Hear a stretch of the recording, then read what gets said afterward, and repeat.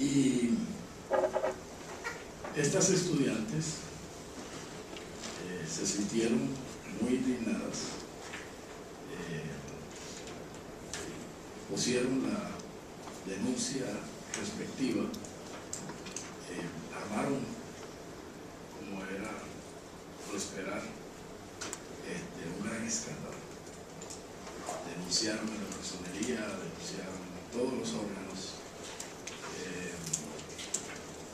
y nosotros las acompañamos en esas denuncias. El incidente cobró publicidad, salió en los periódicos, en la televisión, etc. Entiendo que al lugar lo sancionaron, el dueño tuvo que presentar excusas públicas, etcétera, etcétera. Cuando eso sucedió,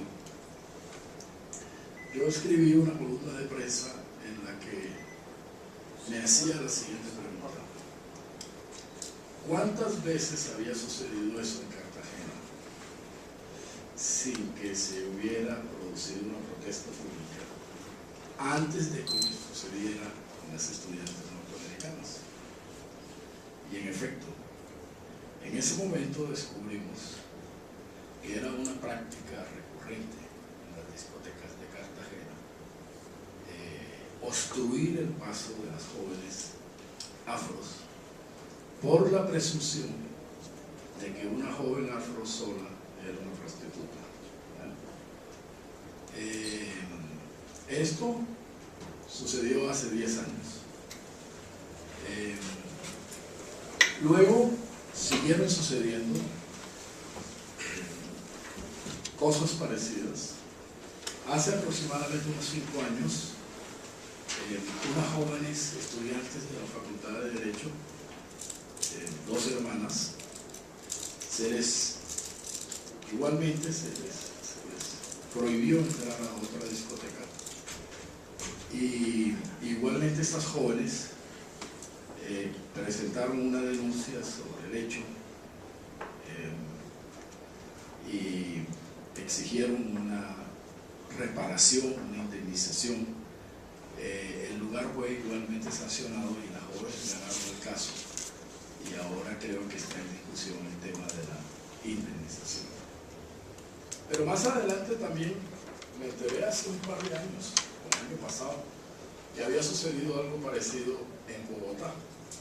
Incluso fue comentado en una columna por Daniel Samper. Ahora bien, ¿por qué comienzo hablando de estos?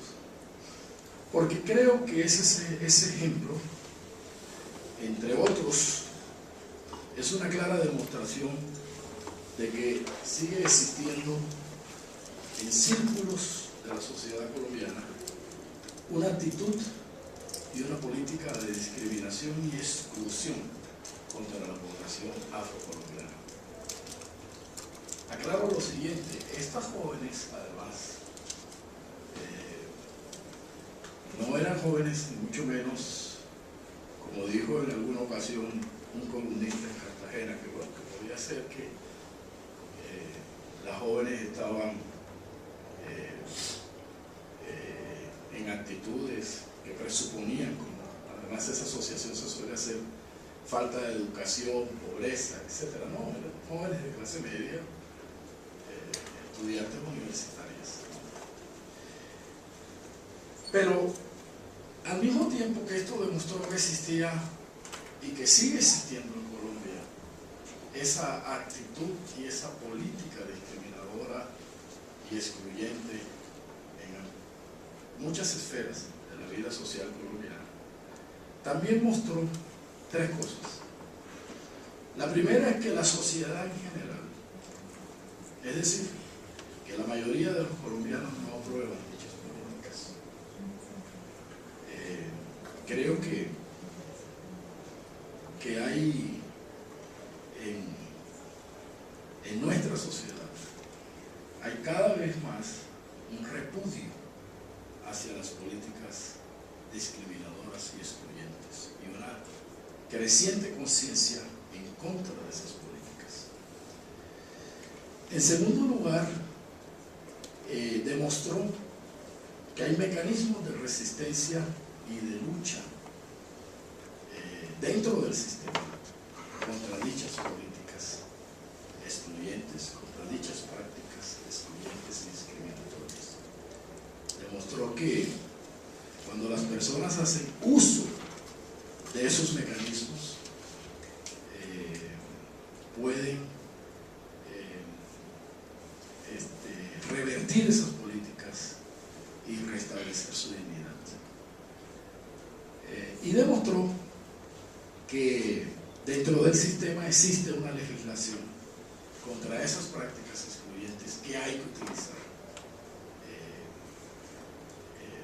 y que hay que generar entonces una tradición de resistencia y de uso de ese tipo de herramientas contra la discriminación y contra la exclusión en Colombia. Pero como esta es una conferencia de historia, básicamente, lo que me interesa es responder a otra pregunta: el por qué persisten esas prácticas, a qué memorias remiten esas prácticas racistas, por qué sigue siendo posible y legítimo para ciertas personas conductas de esta naturaleza. Creo, en primer lugar, que estas prácticas excluyentes y discriminatorias contra los afrodescendientes y contra los indígenas tienen que ver con nuestra historia remota y cercana.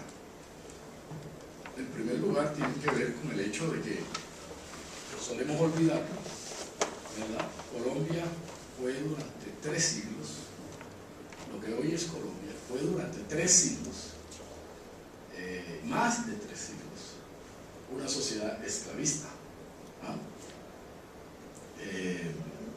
Y lo fue incluso después de creada la República, ¿verdad? Decía, incluso medio siglo después de haber iniciado los movimientos de independencia, Colombia seguía siendo una sociedad esclavista. Incluso después de la abolición de la esclavitud en 1851, Colombia seguía teniendo esclavos. De modo que es una tradición colonial y también republicana. Es decir, es una sociedad que construyó sus relaciones sociales, sus patrones culturales, basado en las prácticas esclavistas. Más en unos sitios que en otros, por supuesto. Y por lo tanto se siente más en unos sitios que en otros. Cartagena, por ejemplo, es una ciudad en donde todavía uno siente la presencia de ese pasado, ¿verdad? En muchas manifestaciones de la vida diaria